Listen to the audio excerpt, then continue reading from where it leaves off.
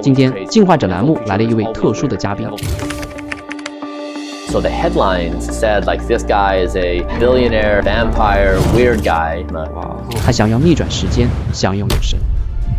I hired a team of 30 doctors. It was $2 million a year.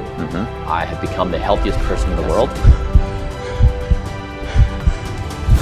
Death was no longer inevitable. So my son gave me plasma. Almost indistinguishable. I can be a part. 他真的掌握了永生的办法。为了年轻跟儿子换血的他，到底是不是个疯子？好的，今天特别荣幸啊，我们有一位非常独特的嘉宾 Bryan Johnson。Bryan 其实在美国在美国很有名啊，但是其实我不知道你知不知道，你在中国也非常有名气 ，You are very famous in China also。有很多的文章都在讲 Bryan 啊，今天是怎么保持自己的身体的状态，怎么保持自己的年轻啊，等等。但是如果对那些尚且还不太熟悉您的人来说，如果要介绍一下你自己，你会怎么来介绍你？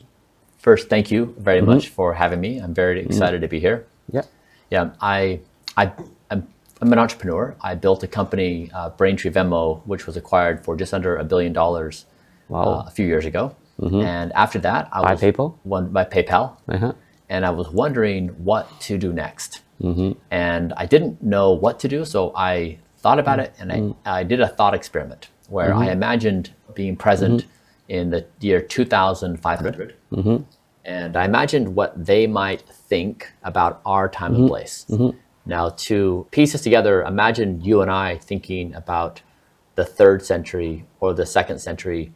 We look back and we compress the entire century into a very small number of things. Yes. And I wondered, what will they say about our time and place? And I think they would say 2 things about us. One is they would say, this is the moment when the human race gave birth to super intelligence in the form of AI, to a form of intelligence that was superior to us in many ways and changed the world in ways we can't imagine. And the second thing they would say about us is this is the moment when humans figured out that death was no longer inevitable. Wow. And so that's what I've been trying to do, is demonstrate that we are at this important moment in time, every human on this planet, and we are going to change what it means to be human, and specifically we're going to be able to extend our lifespans in ways that are previously unimaginable. And I wanted to become the most don't die person in human history and demonstrate there is a new path to becoming human. 这2个问题都是大家特别感兴趣的问题啊。一个是 AI 的时代，一个是人真的可以不死吗？ AI 时代我们讨论很多。我在大学是学数学的，我是一个死硬的一个理工派啊。站在我的角度来看，我觉得很难理解，真的人可以不死吗？我觉得不太可能吧。人可以活得长一点，我可以理解。Don't die. Is that really possible? There are biological species like the jellyfish which are immortal. So we know that biology has already figured out immortality, that it can regenerate itself. And so, yes, biology can solve for immortality. We need to show it can be done in humans. But the observation is that AI is moving forward at such rapid progress that we will be able to make the discoveries that will allow us to incrementally add more and more time to our lives to eventually where we won't age at all or be able to reverse aging effects. If this were a situation where the problem required us to solve something like needing to travel faster than the speed of light, needing to overcome some basic law of physics, I wouldn't be very excited. But the fact that biology has already demonstrated immortality in certain species, we know it's possible. We know it can be done. So it's really just an engineering problem to be solved. 我知道有一种生物，就是您说的叫做灯塔水母。灯塔水母它是真的是可以永生的啊。但灯塔水母的永生，我的了解呢，是它不断的回到那种幼态，就是那种年轻的幼态，然后从幼态的状态就相当于回到婴儿状态，然后重新再生长出来的，并不是保持成年态的不死，它是回到那个孩童的状态之后重新生长的。但这个逻辑在人类的生命当中，如果真的发生了，那我的理解也是必须得回到孩童的状态，而不是今天的状态。我不知道我的理解对不对啊？ Yeah, I mean, that's correct. You could approach this in a way where you could, there are technologies today being demonstrated where you can take an adult stem cell and reverse it into a pluripotent stem cell. So taking a stem cell that's already aged in my body and take it back to a baby state. And you could do these in different organs and different biological systems. So we already have the technology where we're doing this in humans. One key marker for me over the past 4 years is that I have achieved the best biomarkers of anybody on planet Earth. So I published 44 biomarkers of my health in its entirety, all the core markers of my body. And I share it with the entire world for free and open. And one of the markers is my speed of aging using a technology called DNA methylation. You're looking at the expression of these proteins inside your body. And my speed of aging has dropped from 1, which is like normal for my age, to 0.64, which roughly means my birthday is every 19 months. And so I've dramatically slowed down my speed of aging to where, normally somebody would celebrate a birthday every 12 months, but I'm every 19. So what if I can get it to 20 months and 21 and 22? The goal is to just slowly, incrementally roll our aging back. So pretty soon, we're extending more and more, and our technologies get better and better. And so we just have to piece together these baby steps that we can see a horizon of new possibility. 我觉得今天我们的这个对谈一定会非常有趣啊！您是哪一年出生的？ Yeah, my chronological age is 47. 47. But my biological age, many. So I have a biological age for every organ of my body. So for example, my left ear is aged 64. 64. My heart is 37. 37. My diaphragm is age 18. 18. My cardiovascular ability is in the top 1.5% of 18-year-olds. So I'm a few hundred different ages biologically. Because the brain ages differently than the heart, which ages differently than the lungs, so on and so forth. Everybody is a variety of different ages. 如果把这些东西平均来算一个话，你觉得你的实际的身体年龄应该是多少岁呢？就是今年其实 Bryan 是47岁，比我小1岁。我是76年，他是77年的，比我小1岁，但是看上去非常非常的年轻。所以如果您的身体年龄打个比方的话，有18岁，有43岁，有37岁，但是平均一下，您大概你觉得是多少岁？ Yeah. It depends on how you weight them, but between late 20s, early 30s. 就是30多一点，30多一点，这多让人羡慕啊！我们今天作为一位创业者，最重要的就是需要足够的体力和心力，我们才能坚持自己的创业。尤其是在今天这个世界格局经济科技这么大的变化的情况之下，您能在47岁的这个生理学的年龄上能保持到今天30出头的这个年龄，太有别了不起。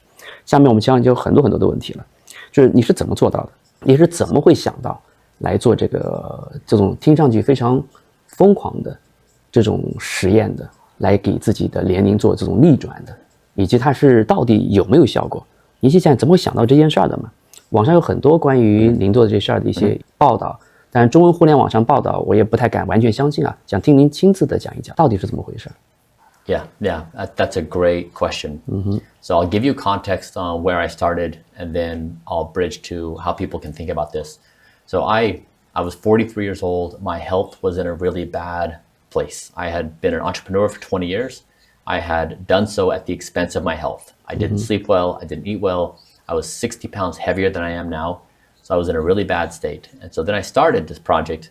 I hired a team of 30 doctors. We reviewed all the scientific literature in existence on longevity, and we ranked all of it according to the best performing to the least performing. And then we measured every organ of my body. We used imaging, we used blood tests, urine, saliva, stool, fitness tests, every test we could to get a biological age of every organ of my body as a baseline. And then we applied all the science to my body, all the therapies. And we said, what happens? And we did this process again and again, measurement, therapy, data, measurement, therapy, data. And through this process over 4 years, I have become the healthiest person in the world. Like engineering. Exactly right. I was treating my body exactly like an engineering project. Exactly. And I wanted to demonstrate that if you did this methodical engineering project of baseline measurement, scientific application, data, you could iteratively build in a way that was predictable. And so I gave myself up to an algorithm that would build my health like a technology project. And the results I've tried to create a new Olympic sport, because currently, if you're trying to be healthy, there's no parameter. There's no way to say that this is a good outcome or bad outcome outside of just how many years do you live. And even then, that's not a great one because you don't talk about ability. And so I tried to create, I shared this openly with the whole world so everybody can examine my data, all medical professionals, everybody could see it. And what I've learned is that as an entrepreneur, you think of yourself as, as a professional in what you're doing in your business capacity, but you don't think of your health as part of that. Whereas if you think of an athlete plays their sport, but they take great care of themselves. They sleep well and they eat well. They know that's important for how they play. So entrepreneurs need to think of their health as a important part of their professional play. Like entrepreneurs need to be professional health athletes too, because that's how they achieve the highest performance. And so that was the switch in my brain, is that if you're an entrepreneur, you also have to be a professional health athlete. Yes. 有2个非常知名的计划，我想听您稍微介绍一下，我充满了好奇。一个呢就是娃娃脸计 ，Keep your face look so younger。另外一个呢就是换血，跟您的孩子啊就换血，这2件事到底是怎么回事？Yeah, so Project Babyface we achieved these really great biomarkers of health and wellness, and we published this online, and everybody said, you look like you're going to die. You're so skinny. And so I was worried. I didn't think about that at all, but people really care about seeing fat in someone's face. Fat in face is youthful. I was very skinny. And so no one cared about how good my biomarkers for my body were. No one cared about how healthy my heart was or how healthy my lungs and my brain were. They only cared about how much fat I had on my face. And so we said, okay, we need to restore some fat because I got way too skinny in this process. And so we tried this therapy, because most people, when they lose fat in their face, they'll do things like filler. They'll just pump a lot of filler in the face, which creates the illusion of fat, but just filler. We didn't want to do that. We wanted to try to go after rejuvenation. And so there's a therapy where you can inject fat into your face, your own fat, but I didn't have enough fat on my body for myself. And so I took fat from a donor. From donor? A donor. So there's people who can donate fat and earn money. Wow. Yeah. So same way people can donate. That's not business, that's just a donor? Yes. Yeah, so people can donate plasma and make money. They can donate fat and make money. So there's several ways people can. It's just an active market. And there was a donor, so I put the fat in my face, and I had a severe allergic reaction and blew up. And so I was trying to demonstrate, but this is the example where everything that works we share with the world, everything that doesn't work we share with the world. So we just share everything all the time because we want to be transparent with the process. So baby face doesn't work. Well, my face is better than it was before, but we were sharing that specific approach didn't work for me. But then we tried other things like collagen stimulators, which has worked. I also put on some weight that also helped restore some fat. Yeah, interesting. 很多人在中国会打玻尿酸在脸上，让这个脸上看上去更加的那个 baby face。注射脂肪这件事儿，我倒是第一次听说，很有意思。那另外一个呢，换血呢，这个真的有用吗？So with the plasma exchange, I did this for my father. So my father called me one day in a panic. And he said, I'm losing my mind. I just wrote this thing up for work. I walked away. I came back and I saw it was a jumbled mess. I'm losing my mind and I'm unaware of it. He imagined that if he ever experienced cognitive decline, he would think, oh, I now have a poor memory. I'm forgetting things. But he said, you don't realize when you start losing your mind. It's outside of your awareness. And he said, I'm panicking. I can't lose my mind. And so I said, Dad, my scientific team and I, we were just evaluating a therapy called plasma exchange. And there's a few clinical trials in the United States that are using it for Alzheimer's and Parkinson's disease. So if you want to try it, I'm happy to help you out. And so I really did it for my father. And then my son was present when I had that conversation. He said, I'm willing to try it too. So my son gave me plasma, I gave my dad plasma. So the headlines said like, this guy is a billionaire, vampire, weird guy. But really it was an act of love where I was trying to take care of my father for his cognitive decline. 我都听说在硅谷 in Silicon Valley, many people do that. Yeah, and the results that my father experienced were great. So, for example, that speed of aging marker I shared before, as you get older, you begin aging faster. The aging compounds upon itself. And so he's 71. He was aging at the rate of a 71-year-old before the therapy. And after the therapy, his speed of aging reduced to 46. So it dropped by 25 years. He commented himself, he felt like a different person. His lung age or heart age or brain age. Yeah, all of these were slow. They slowed down their speed of aging by 25 years, dramatically slowed that. And his coworkers at his office were saying, what is going on? Like, this is a different person. So it was very efficacious for my father. And it's actually, this is the first version I'm doing, but actually companies and countries in all different countries around the world are actively developing this therapy in the next versions. And so it's a really promising therapy for people around the world.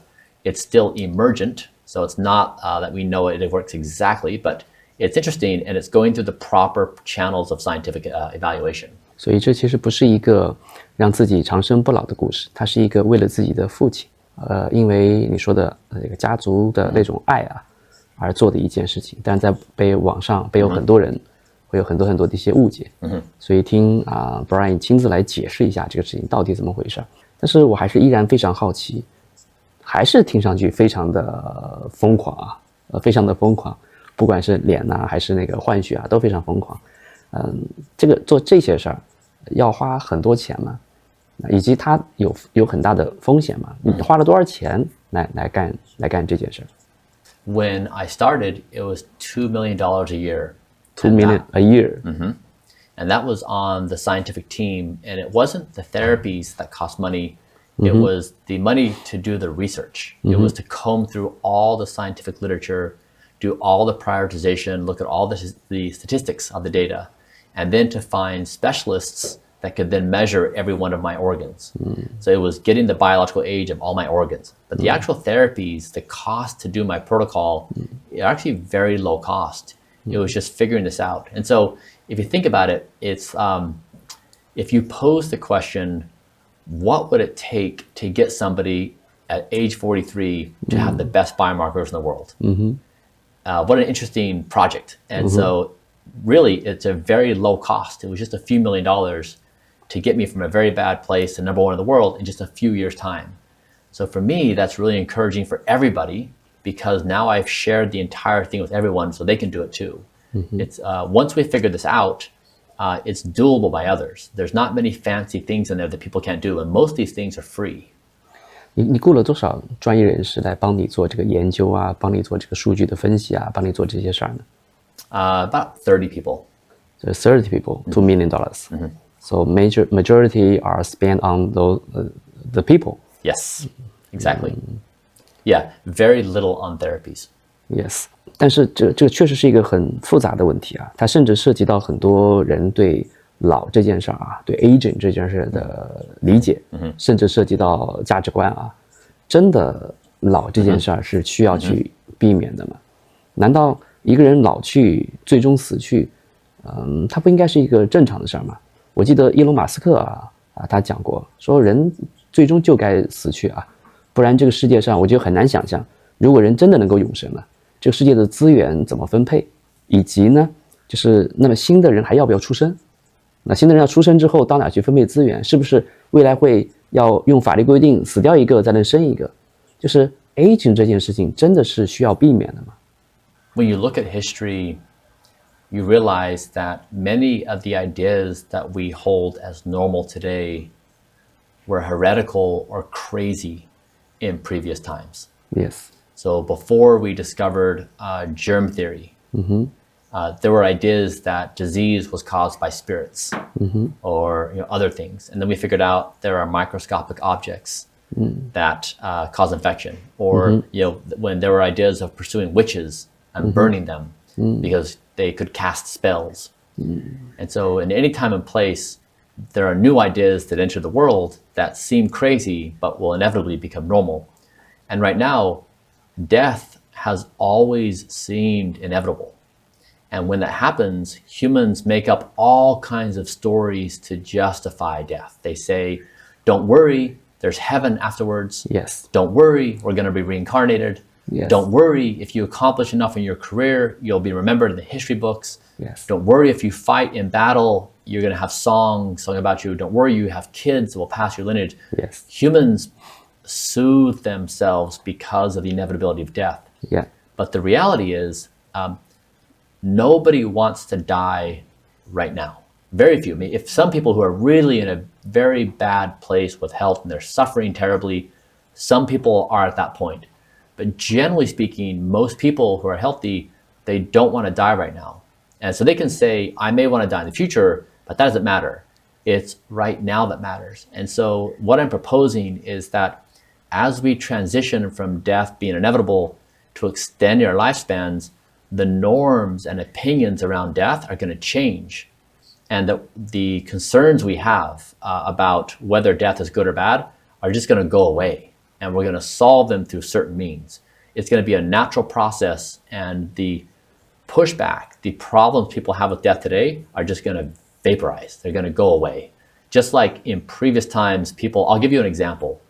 In New York, when horses were the primary mode of transportation, there was so much manure in New York that the Hudson River was so polluted, it was causing everyone to get sick. There was so much manure in the streets, nobody could get around. It was an existential crisis. Mm-hmm. And then, so they had all these meetings like, what are we going to do about the horse manure? This is awful, it's crazy, it's the worst. And they couldn't figure out the problem. And then Henry Ford made the Model T. Mm-hmm. And all the horse manure went away. Yeah. And so what everyone thought was the problem was not actually the problem. Now, mm-hmm. Cars have created their own problems, but it's very rare that any generation ever gets future problems correct. Every generation is usually always wrong with the problems they think are really problems. Yeah, I know that story. But for now, I really cannot imagine people don't die. 我就特别想请教一个问题，这问题是，那么对于我们一个大部分的普通人来说，他可能没有200万美金一年去解决这个问题。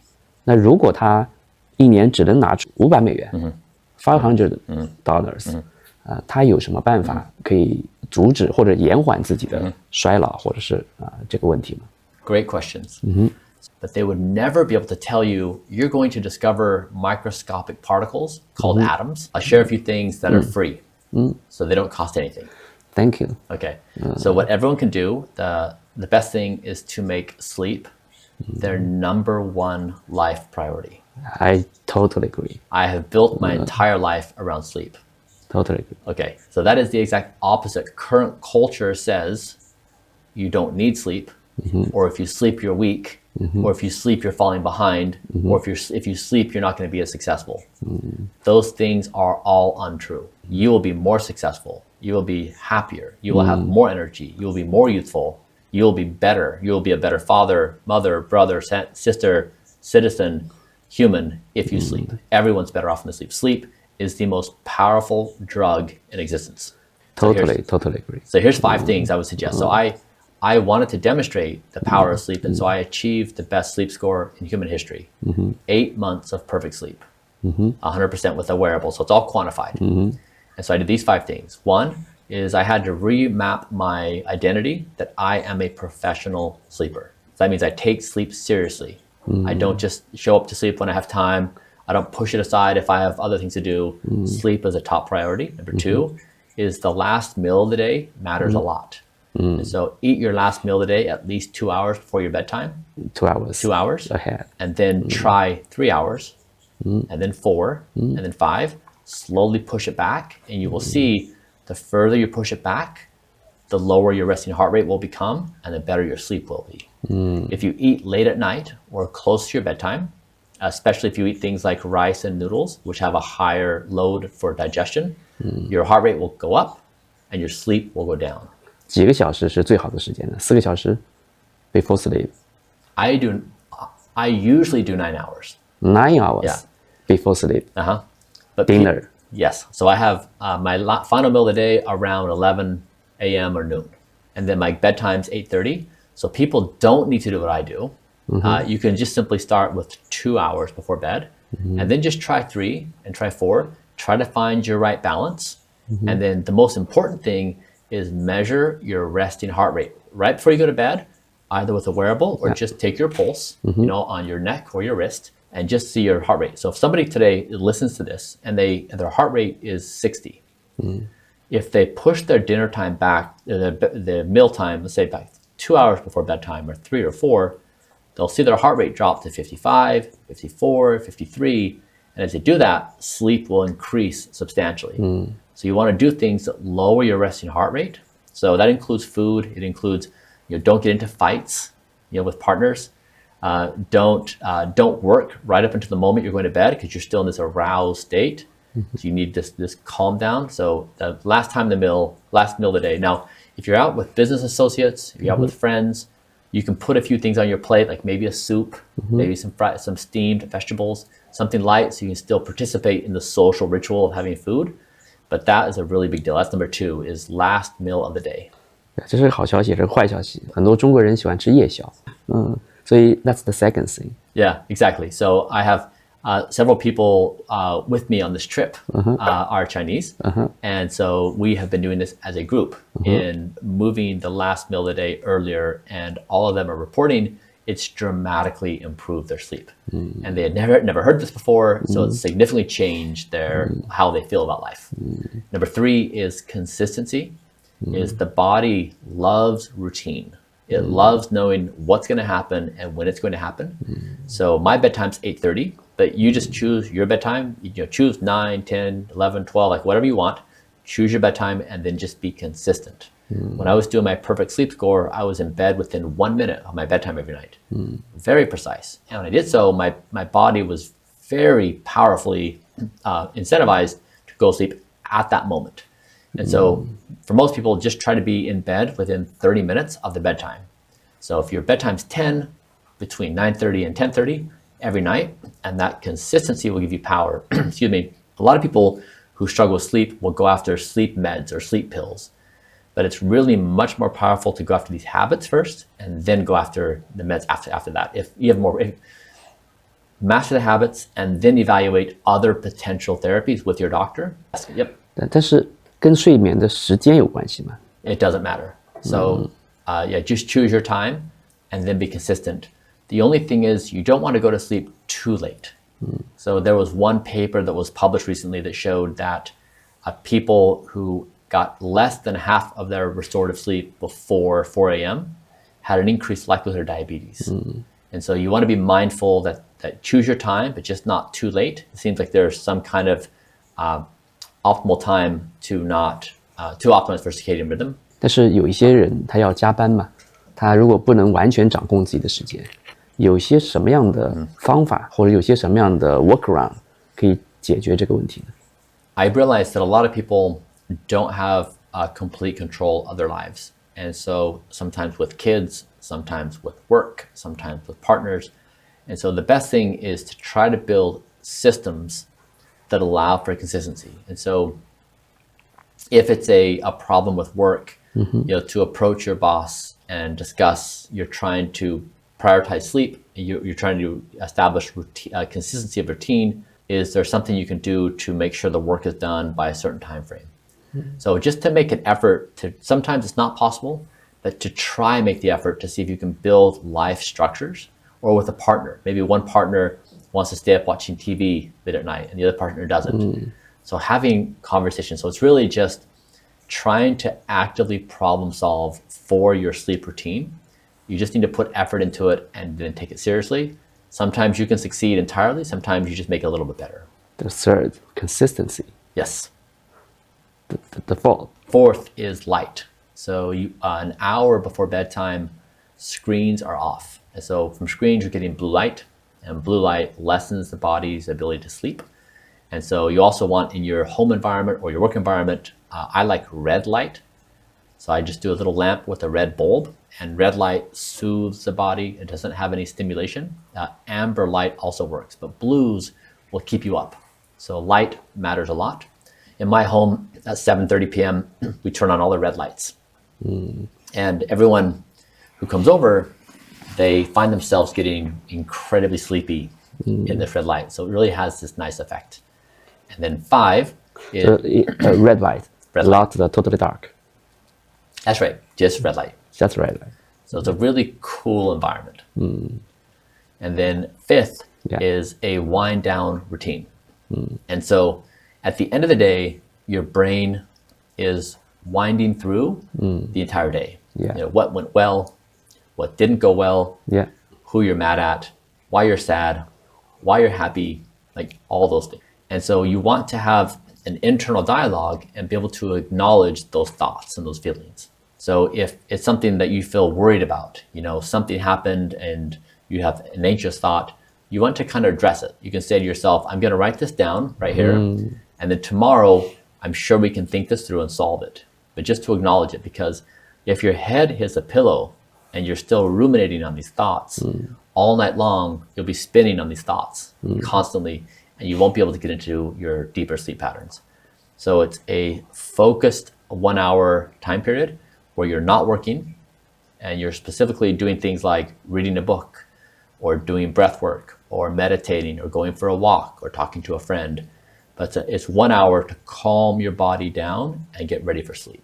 这可能是最难的一个部分。我们的观众大部分都是创业者，都是企业家 entrepreneurs and managers， 他们可能每天都有大量的 difficult problems to solve， 所以让他有1个小时不去想这些事儿，实在是太困难了。有些什么样，他就算他试着不去想，但是过一会儿他又开始了啊。所以有什么办法，有些什么样的 tactic 可以解决这个问题？你刚才说 write down is也许是一个好的办法，有没有一些好的办法可以把它暂时的拿掉吗？这些思虑。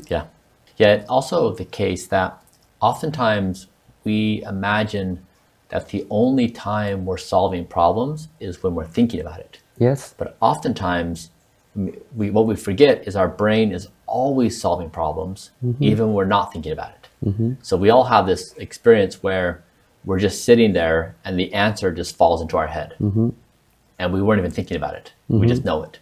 And so that's in the same way where you have to believe that sleep makes you a better entrepreneur. You have to also believe that stopping the rumination is going to make you a better problem solver.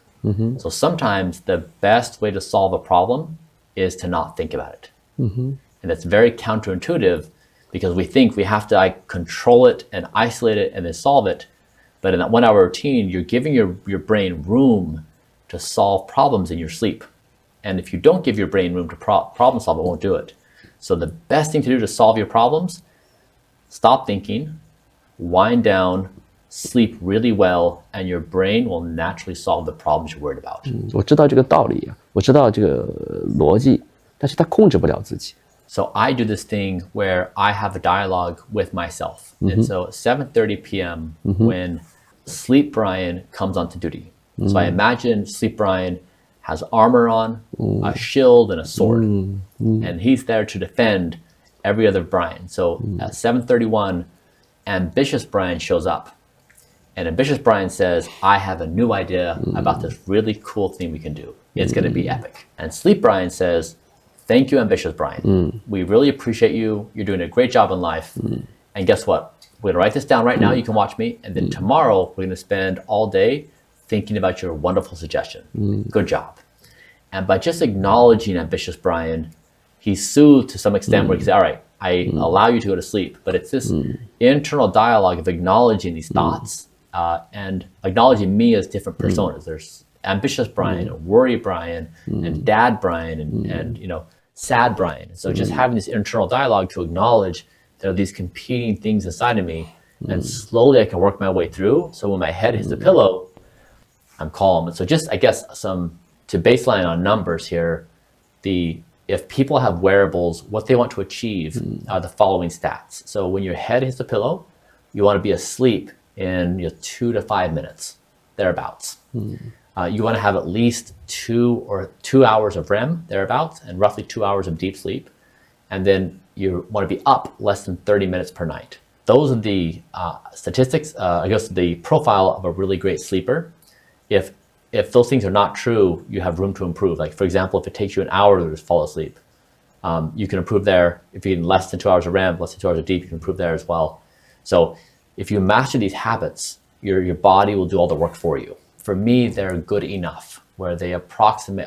I've been measuring myself for 5 years now with wearables, and I now have intuitions. Like I can wake up in the morning and I know exactly how I slept. I know how much deep I've got, how much REM I got. My intuitions of how I feel match the data very well. So for me, they're good enough that inform. And most people, for example, the good enough is if someone has a drink of alcohol and they sleep, they see the alcohol wrecks their sleep. And that's a really good learning moment. And then as you get more granular, then of course the accuracy becomes an issue. But high level, most people are trying to create just general understanding of like, is eating late good or bad? Is alcohol good or bad? Is having a fight before bed good or bad? Am I winding down okay? So you really like these really big categories. So it really satisfies most people's use cases. Good, really good. So this solution doesn't cost $500, very cheap. 所以如果真的再有一些其他的建议，除了睡眠，能1, 2, 3吗？ So sleep is number one. Number two is exercise. Exercise. Yeah. And the reason why sleep is one is because when I built a company, a brain interface company, we built wearable fMRI. It's a bike helmet you put on your head. It's one of the best performing in the world. And we did a study on myself showing that when I had deep sleep, I had high levels of willpower or self-control. When I had low levels of deep sleep, I had low levels of self-control or willpower. And so sleep gives you willpower or poor sleep takes it away. So when you sleep well, you have high willpower, which means you're more likely to exercise. And so exercise doesn't have to be a big thing. You know, you can simply go for a walk, or you can do some stretches, or do yoga, or anything you want. You, of course, can be very advanced. You can go to the gym and you can work on specific muscle groups. That's great. But for most people, just being active every day is a really big win. And so when I get up, the very first thing I do every day is work out. I don't wait until later in the day because when later in the day comes, you're always too busy. So wake up, work out. And so either do it in your home or in your area at a gym, but try to be active every day as number two. Sleep, exercise, and third is nutrition. nutrition. Diet. Yeah. Now this is complicated. Food is wound up in our emotions. And so the beginner level is you want to simply try to eat more good foods for you and eat fewer bad foods. So that would be on the bad food side, you probably want to avoid things like sugar. Less than that, you'll probably want to avoid fried foods. Probably want to avoid junk food. But I really love it. I understand. How to fight with? Yeah. Okay. So what I do is I don't give myself any choice. So I build a system and I say, this is what you're going to eat today. And that's all I eat. And so if you wait until the moment, so for example, if you say, I'm going to do my best, but I'm going to have a little bit of wiggle room. So at 3 o'clock, you're a little hungry. It's like afternoon munchies and you have like a few bags of junk food. And you put yourself in that situation, you're most likely going to eat the junk food. And so I just basically say, I'm not going to give myself the choice because I know if I do, I'm going to do it. I'm going to cave to the temptation every single time. So I just don't give myself a choice. Yeah, so disciplined. Systems over willpower. That's really good. Sleep, exercise, nutrition. Yeah. That's most important. Yes. And then on the nutrition side, I'll say the superfoods I consume are vegetables, steamed or boiled, berries, nuts, seeds, extra virgin olive oil. I eat proteins like pea protein and hemp protein. So just a lot of whole foods. And then I just try to avoid the bad foods. But doing that, we tried to again create a perfect diet. So in our objective, I was trying to become the healthiest person on the planet. So every calorie I consume had to be justified. And so then everything in my body had to be measured. And so we've really fine-tuned this process.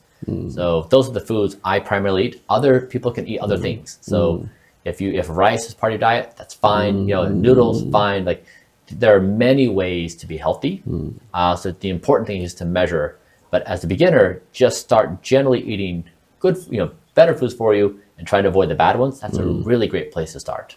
That's really nice. 你的身体的这些指标，因为你的这些原则，很多这些方法论，所以数据听说是非常的全面而且不错。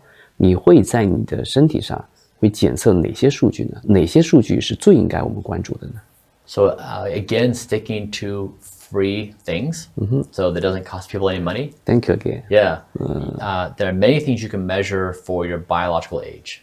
For example, I just published a video on YouTube where we covered 6 biological age things anybody can do at their house. And they include continuous push-ups, sit and reach to measure flexibility, one-legged standing. And so there's many tests people can do at home that help them understand that even though they may be chronologically 30 or 50 or 70, you can test your biological age with these various activities. And so just creating the intuition that your body has a biological age according to your ability. So for example, the one-legged standing test is you stand on one leg and then you close your eyes. And it's a test of how long you can stay standing on one foot. Now, you want to be able to be upright. How long can you stand? 2 minutes. 2 minutes. 2 minutes. Yeah. I tested 30 seconds. Yeah. Maybe 30 seconds. It's 2 hard. minutes is really long. It's very hard. And most people fall over within 2, 3, 4 seconds. They're very surprised. They think it's not going to be hard. But once you close your eyes, you wobble very quickly. So things like that give you a nice awareness and baseline. Yeah. Then a basic blood draw is always helpful because then you can see where if you have any imbalances. That's really wonderful. Then you can get into more advanced things like those wanting to really do. 那对于一个没有这些科技、没有这些检测的仪器或者这些环境的普通人来说，有哪些方法最简便的方式，让他能够关注到自己的身体健康呢？ There's a few. One would be measuring your resting heart rate before bed. Exactly. Your resting heart rate is a really important indicator of your overall health. And if your heart rate is too high, it means a lot of your health style choices are maybe not the best. And so you're trying to lower your resting heart rate as much as possible. I'm typically around 44 to 46 beats per minute, thereabouts, before I go to bed.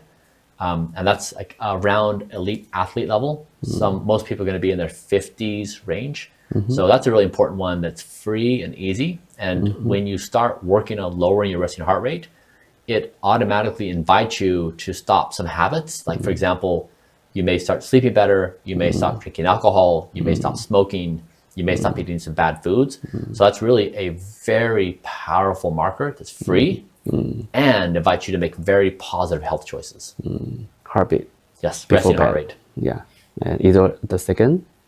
I'd say a blood draw. So with your local doctor, oftentimes you can find problems in a blood draw and or either confirm everything's okay. And a blood draw is pretty cheap. It's pretty easy. So I'd say that's probably the next most powerful thing somebody could do. How many minutes you can stand by one leg? Yeah, I mean, you could do the biological aging tests. Yeah, so it's one-legged stand, continuous push-ups, sit and reach. There's a reaction time test. We have an app we use where you hold your finger down and you lift your finger as fast as you can and test your reaction speed. I'm trying to think of the others. Yeah, I can get you the list of the ones we did. But 7 easy ones at home, and they're fun, they're easy, and it gives you motivation that you want to make them better. Yes.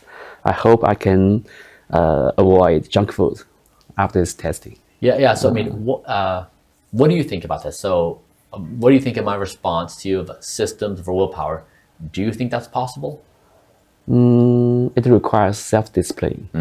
Yes. I think that's one of the most important things or difficult things for most people. Yeah. They know health is important. Yes. But they cannot do these things day by day. Yeah. Yeah. So maybe there's 2 things. One is you can imagine me being on your shoulder. And so when you pick up the bag, I'm going to be on your shoulder saying, you can do it. Don't do it. And then secondly is maybe you can just say to yourself, you don't eat junk food. That's your identity. So there are some things that you as a human just don't do. Like you have decided that you're the kind of person that won't blank. Like there are certain lines you will not cross, right? Yes. Now, in the same with junk food, if you just make that a part of your identity, that you are a person that does not eat junk food, and that is your identity. That's who you are. 但是有的时候我也会告诉自己说放过自己吧。你看巴菲特那个到90岁了，还在喝可乐，还在吃汉堡，对吧？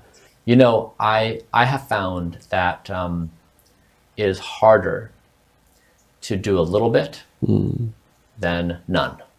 It is easier to just say, I don't do it ever, than it is to say, I do it sometimes. Because if you do it sometimes, you do it most of the time. If you do it most of the time, you do it all the time. Yes. So it's very, very hard to manage in between. So for me, it's just very easy to say, I don't do it ever. And it makes my life so much easier.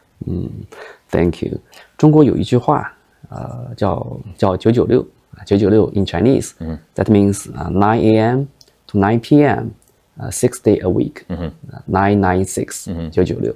它意味着很多的工作打工人会工作得非常晚。But for entrepreneurs, but for startup, they work 007. From 0 o'clock to 0 o'clock, 7 days a week. So sleep is really big problem for them. 所以对这些没有办法控制自己的创业者，如果每一天他至少给自己定一个健康的方案，比如说90分钟一天，这个90分钟一天他应该怎么来做，能让自己总体能保持在一个健康的状态呢？ So if in this routine, maybe people can plan on going to bed at 10:30. So if work ends at 9, there's enough time to get home, take care of a few things, go to bed at 10:30, and then sleep until 6:30. 6:30. So you get 8 hours of sleep. And then you wake up in the morning, take care of your personal errands, like various things around the house, get to work. And in that time period, maybe do 20 to 30 minutes of exercise, go for a walk, do some weights, do some push-ups, do some yoga, do some stretching, ride a bike, and then be at work at 9, work until 9. So you really, it's just, if you get the 8 hours of sleep, so you get the wind down routine, just say 30 minutes to wind down. So you get off work at 9, you get home, say at 10, you wind down for 30 minutes, calming yourself down, trying to reconcile your mind for the day, screens are off, no more work. 10:30, you're in bed, you're up at 6:30 a.m. You maybe do some exercise, 20, 30 minutes, something heavy or light. You're at work at 9, and then throughout the day, you're active throughout the day. So let's just say once an hour, you get up from your desk, you walk around, you do some push-ups, you do some jumping jacks, like something, and you're just kind of active throughout the day. And then you make some rules. For example, you don't eat junk food. You don't eat food from packages. So you can make these really small decisions. You can say, I go to bed at 10:30 every day. I get 8 hours of sleep every day. When I wake up, I exercise for 20 minutes a day. Every day, when I work, every hour, I get up and do something for 1 minute every hour, just to be active. And then I don't eat junk food, and I'm going to eat a few more steamed vegetables or boiled vegetables. Those 5 decisions will change everything about your health. But steamed vegetables or boiled vegetables doesn't taste good. Any solutions for that? Yeah. So I think they're delicious. And so what I find is that initially when someone has it, they may say, I'm not quite sure I like it, but when you do it for a few days and you stop the junk food, your palate changes very fast. Okay. And within a few days' time, you find this new food delicious. And now you're craving vegetables. Like for example, I've been traveling for 2 weeks now. I was a week in India, I'm a week here in China, and I have been missing my steamed vegetables because it's not as easy when you're traveling. I crave them. So your body adjusts and it will begin craving really healthy foods. How many days will the change happen? 5 days? Yes, 3 to 5 days. 3 to 5 days. It's very fast. 下面一个问题是关于衰老了，就是今天全球所有的国家，据我所知，都在进入一个老龄化的一个社会，越来越多人变得长寿，这是一件好事儿啊。但是衰老这个问题就变成更多人关心的一个问题了。你会怎么来看衰老或者是全球的老龄化会重塑哪些的产业？对一些创业者来说，会不会隐藏着一些好的创业机会呢？ It's a major problem around the entire world. Yeah. I think there is an opportunity for countries around the world, including China, to make health a top national priority. Because a healthy population is a productive population, which is a happy population. And right now, throughout the world, in every country, there are many things that aren't terribly healthy. It's rather easy to make unhealthy choices. And the more that countries in the world can make health choices easy, for everyone, the better off we'll be. And then two, I agree that there is a very large market emerging of better, robust practices. Like my father, 71, when you're getting that old, aging really starts to hurt. It's painful. It limits your ability. He's actively looking for everything he can to improve his health and vitality and to lessen the decline. So I think people are looking for things that work. And that's what we've been trying to do, is introduce a way to measure that these things are actually working, to try to sort through what things do work and don't work. So I'd say, yes, a major problem. And I think it's worthy for countries to take this very seriously and build entire systems of health. Like, for example, I'll say this, in the US, when I first started building Blueprint, we were testing everything I was taking. So if a supplement said 2,000 IU of vitamin D, we would test it. Does it have that or not? And we found more often than not, it didn't have it. The label was incorrect. And then we also tested foods for environmental toxins, heavy metals, pesticides, other contaminants. We found the food supply chain was very dirty, very toxic. So we've been sourcing foods from all over the world. So just in our food supply chain, it's making the population very unhealthy. It's very dirty. And so we've tried to clean that. It's very toxic with contaminants. And so we've tried to create a very clean supply chain and then use third-party lab results and publish those lab results so everybody can see it. So I think there's things that countries can do to clean up the food supply chain, clean up the air quality, clean up all sorts of things that are like basic health practices for the entire citizenry. 你就让我想到一个产业啊，我们称叫预制菜。那在中国，大家更喜欢的是现做的东西。但是我去美国很多次啊，发现大家更多的是在超市里买差不多做好的半成品，然后再做。餐馆里面有大量的预制菜。那预制菜这个产业，它到底是你说的更 clean、更干净，还是说在家里面现做这样会更干净呢？ Yeah, both work. It's just the important thing is that they're measured, so you know that you have lab results on knowing the levels of nutrition and the level of contaminants. So it's really just about the integrity of the food system, making sure you're getting the good stuff and not the bad stuff.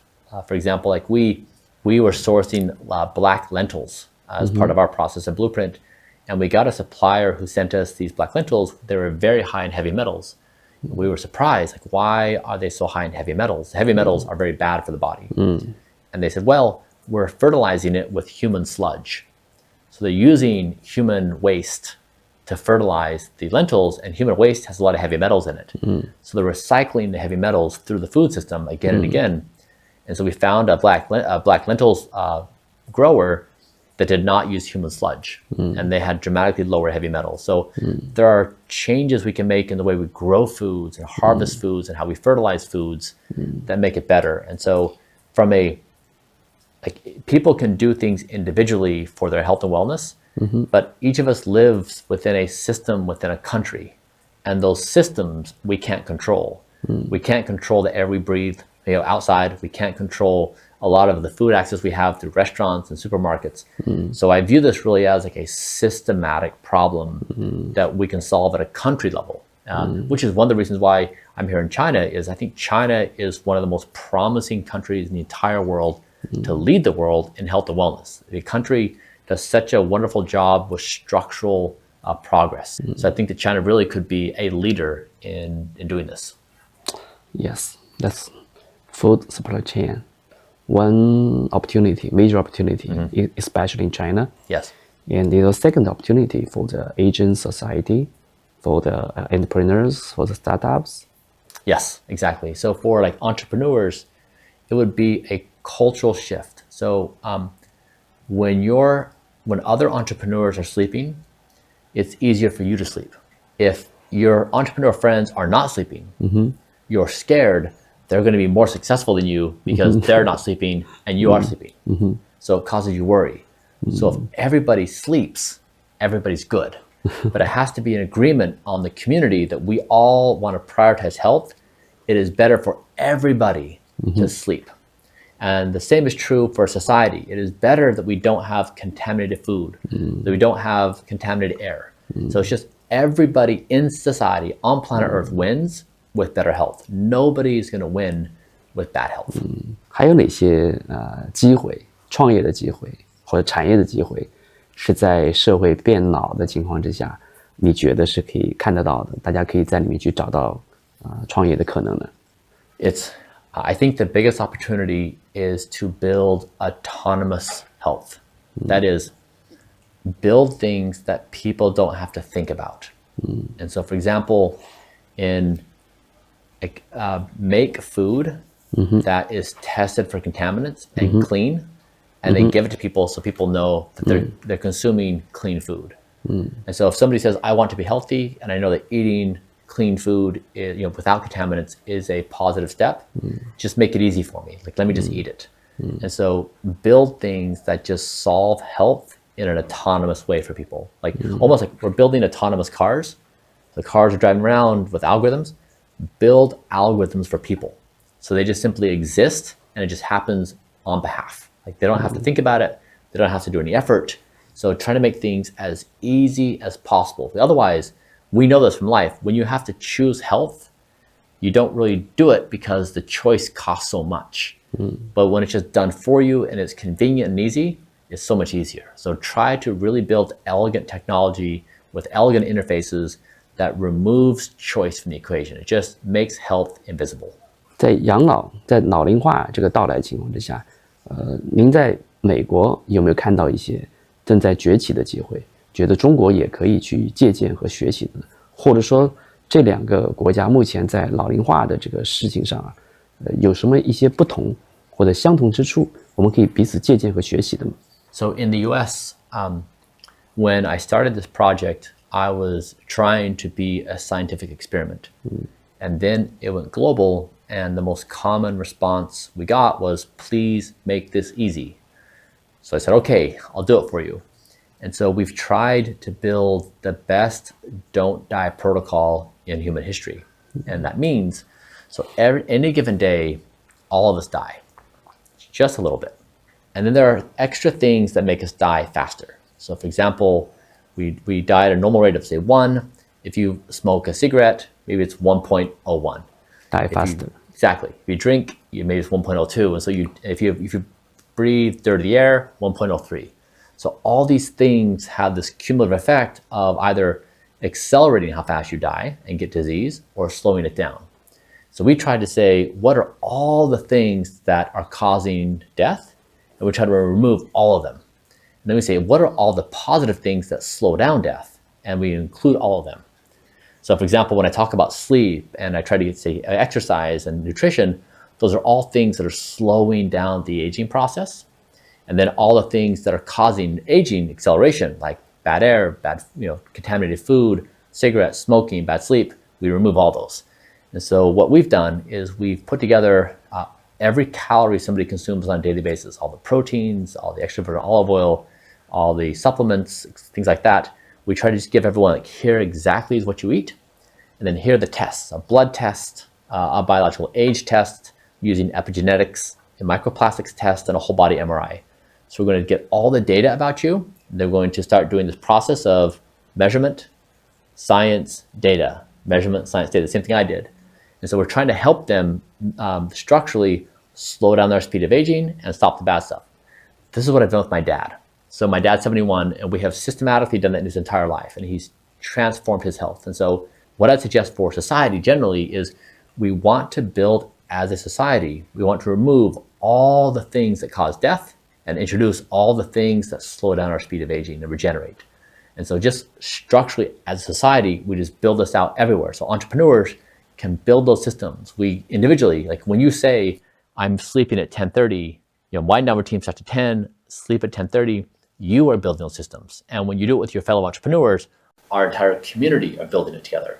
So it's just really like we're trying to build all of this individually and collectively. And soon we'll probably be to a point where we'll say, this feels so great. Like I'm so happy we're no longer in the primitive ages of like not getting sleep and feeling depressed and feeling anxious. 我对健康这件事儿当然充满了希望，对死亡这件事儿也充满了好奇，但是我依然很难理解啊，很难去理解，所以这是我特别感兴趣的事情。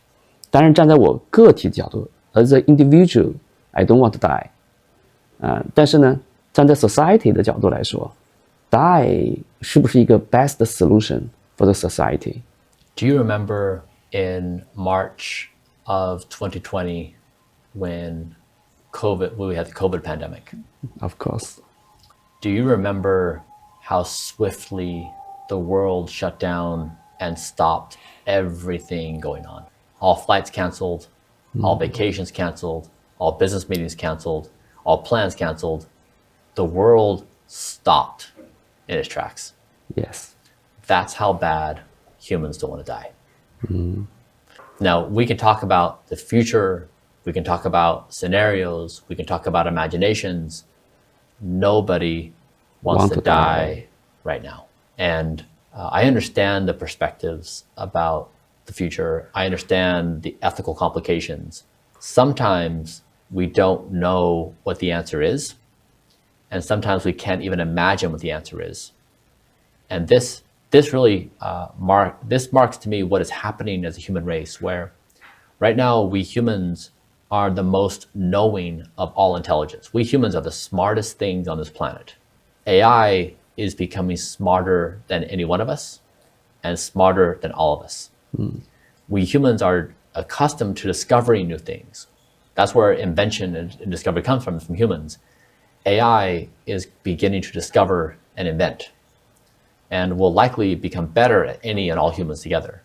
So as a species, we're transitioning from knowing and discovering to not knowing and not being the primary discovery. Now that is a radical shift.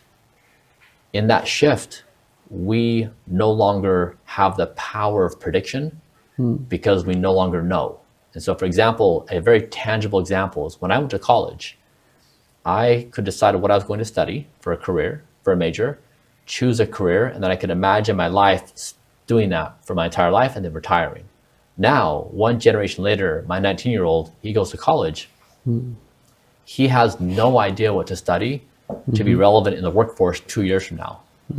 Nobody knows what human jobs will be like in 2 years. Should he be an engineer to code software? Should he be a writer? Should he be a journalist? Should he be an engineer? Should he be an artist? Nobody knows. It's hard to predict what AI will do and what humans will do. And so that's an example of how challenged our knowing is, that we can no longer predict the future. And so I understand your friend's assessment. I would add to that and say, yes, also, we have a wall of fog. We can't see a year or two into the future. We're in a deep state of unknowing. And that's what I say, if we really are in that humbled state, the wisest thing we can say is that none of us want to die right now. Therefore, what we've done before to solve conflict, where we've used violence with each other, let's not do that anymore. Where we want to take care of planet Earth so it's a sustainable environment for us. Don't die is don't die individually, don't kill each other, don't destroy the planet, align AI with don't die. It is a unifying framework for all of humanity. It's to say that the old ways of being, the old ways of doing are out, and there's a new way of being that is entirely foreign to our minds. That's what I'm trying to say, is that we are on the cusp of a transformation that we can't even comprehend, and it begins with our desire to exist. Very interesting. 我们想象一下，再加一个变量进来，就是 AI。您觉得 AI 这件事情 ，AI 的到来会对人的健康，会对人的衰老，会对人的延缓衰老这件事情，会起到一些什么样的帮助呢？会一些什么样的变化呢？ Yeah. So you probably use a navigation app like I do. You put in an address, and it tells you what streets to drive on. But you no longer memorize the streets. Yeah. You don't study traffic patterns. You just trust that the algorithm has that data on your behalf. I built an algorithm for my body. I've assumed the algorithm knows the traffic patterns of my body. It knows my proteins, it knows my genome, it knows my metabolites. It knows data, it has data about my body that I can't comprehend. And therefore it has a better navigation app for my health than I do. And so what I'm trying to build is an algorithm that takes better care of my health than I can. So when I decide to eat junk food, that's a bad algorithm, right? That is a bad outcome. And so I'm trying to build myself I'm trying to say, hey, algorithm, just make this whole thing autonomous, which is what I was saying for entrepreneurs earlier, is just build health in an autonomous fashion. For the population that's aging, or even for young entrepreneurs, don't ask anyone to think about health. Just do it for them. And then for a society, don't ask anyone to breathe clean air, just make air clean. Don't ask anyone to navigate clean food, just make food clean. Just make it autonomous. And that's where I think we're going with AI is clearly, unquestionably, will be better at managing your health than you can. Unquestionably, it will surpass your ability in the next couple of years.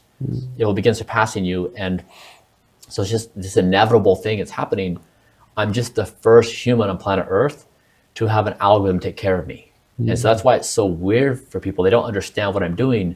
It's foreign and scary and eccentric, but it's very logical and practical. Of course, like we have technology to do all these things for us. Why wouldn't it manage my health for me? Like, why would I do something old-fashioned like choose junk food? That's just silly. 讨论完所有这个问题之后，我对 Bryan 啊，这个人充满了好奇，就是你在43岁之前的生命是个什么样的状态，能让你今天有这样的一个雄心壮志去做这样的事儿，能给大家介绍介绍吗？ I grew up in a small community on a farm in the United States. It was a deeply religious community. I then was a missionary for that church in Ecuador.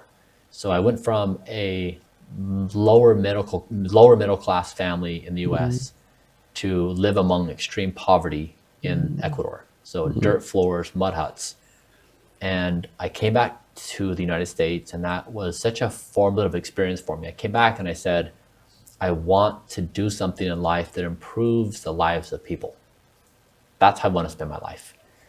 And I didn't know what to do at 21 years old. And so I said, I'm going to become an entrepreneur. I'm going to make a whole bunch of money. And then when I have money, I'm going to do something good in the world. And so by the age of 34, I sold my company, Braintree Venmo, that PayPal bought. I made $300 million. So when you start your company at 27, and you run the company for 10 years? Yeah, 7 years. 7 years. Yeah. And sold to PayPal. Yes. And before that, from 21 to 27, I started other companies too. So I started multiple companies in that time frame. It just, this one at 27 worked.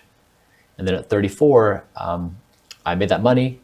I invested 100 million of that into deep tech. So things like synthetic biology, genetics, nanotech. I wanted to educate myself on the leading sciences because I believe that humanity now has this engineering capacity at the atomic scale, at the biological scale, intelligence, and we can create all of reality. I also built a brain interface company trying to bridge humans and AI. So put something on the brain that allows us to speak with AI. What's the company called? Name? Kernel. Kernel. Yep. And then I started this company, Blueprint, which was first a scientific experiment. And so it's always, my motivation has always been to do something that contributes to the human race. And specifically, I've read hundreds of biographies. That's my primary way of studying the world is through biographies. And I really respect people in their time and place for doing impossibly hard things. Things that people in their time and place think are crazy or impossible. And so I want to do something that those that exist in the year 2500 will respect. So I don't care about anyone respecting me right now. I only care about people in the year 2500 to respect me. Because people right now, they are beholden to the status quo. They defend the status quo, and their minds are constrained to the status quo. And anything outside of that, they say is normal or is weird or crazy or impossible. I don't believe that. That's always been the case, that the inevitable future is always crazy. The inevitable future is always weird. The inevitable future is always impossible. And so I want to play in that. And so that's what I'm doing now, is I'm trying to say, in the perspective of those that exist in the year 2500, they will say, of course, humans would have solved that death is no longer inevitable. In the early 2020s, they would see that death was no longer inevitable. They were moving towards radically extending their lifespans. Of course, this transition would happen. And they'd say, and he saw it. And he actually developed a model and shared it with the world. So that's my goal, is move the human race forward in ways that allow us to thrive in ways we can't even imagine. So you believe in bottom of your heart you can live in until to 2500? Yeah. Year 2500? You can live in more than 400 years. Yes. You believe that? Yes. I believe that we are the first generation that won't die. And I believe that this is just in the past 2 or 3 years is the first time in human history that any person could say that and not be laughed at. That you can finally piece together. We now have the AI advance. We have medical advance. We have the ability to engineer biology. We can engineer atoms and molecules. We can engineer all of reality. We have all the tools we need to actually solve this problem. 10 years ago, if you said this, you couldn't really see how it was going to happen.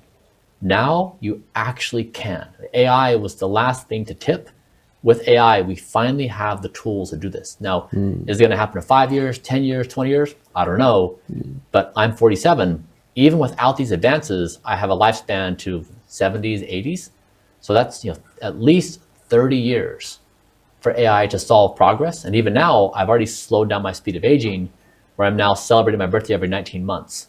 So I have a lot more time than otherwise. So yes, I think that all of us, we may be the first generation to not die.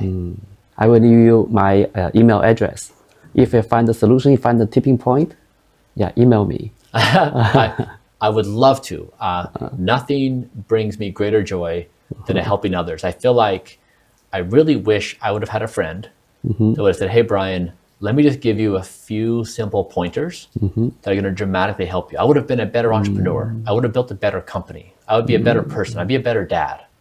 If someone just said, like, here's a few things. So yes, I'd be happy to do that. Yes.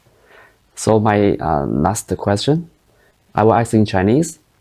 如果这里有一个按钮，这个按钮就叫做永生，你真的会为全人类按下这个按钮吗？Think about it and answer the question.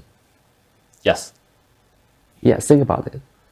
So if you ask somebody if they want to live forever, most people say no, because they say, I'll be bored. What if I don't have my friends and family around me? They come up with reasons why they don't want it. If you say, do you want to live until tomorrow? No. Everyone will say yes, right? Because you have things going on. I want to tomorrow. live tomorrow, yes. Exactly. I want to live tomorrow. Yes. You want to live tomorrow. Yes. We both have things going on. I don't want to die tomorrow. Exactly. So living for tomorrow and living forever are the same thing. Yes. We all want to live for tomorrow. Now, when you make it a time span, like, do you want to live 5 years from now or 20 years from now or 30 years? People are like, no, they throw it away. But that's not a true concept. The only concept that's real is, do you want to live tomorrow? And most of us answer yes. And so that's what I'm focused on, is the button means, do we want to live tomorrow? Yes. Humanity wants to live tomorrow. I want. Yes. So if you have the solution, remember, email me. Okay. Thank Deal. you, Bryan. Yeah. Yeah. Thank you for the conversation. Yeah. Thanks for having me. Yeah. Thank you. Yeah. Yeah.